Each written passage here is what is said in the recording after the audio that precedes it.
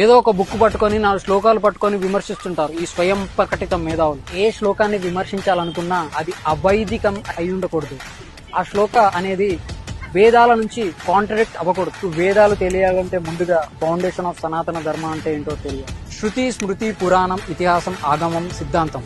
అందులో శృతి అంటే 4 వేదాలు: ఋగ్వేదం, యజుర్వేదం, సామవేదం, అధర్వణ వేదం. అందులో ఒక్క వేదం చదువుకోవాలంటే 13 సంవత్సరాలు పడుతుంది. 4 వేదాలు చదువుకోవాలంటే 54 సంవత్సరాలు పడుతుంది. నైష్టిక బ్రహ్మచర్యంతో లేదా దాన్ని సపోర్ట్ చేసే వేదాంగాలు శిక్ష, వ్యాకరణం, ఛందస్సు, యుక్త, జ్యోతిష్య, కల్ప అనే 6 వేదాంగాలు తెలిసి ఉండాలి.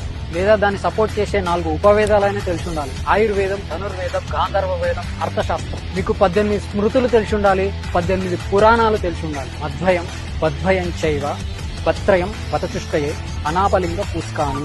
మార్కండేయ పురాణం, మత్స్య పురాణం, భగవత పురాణం, భవిష్య పురాణం, బ్రహ్మాండ పురాణం, బ్రహ్మ పురాణం, బ్రహ్మ వైవర్త పురాణం, విష్ణు పురాణం,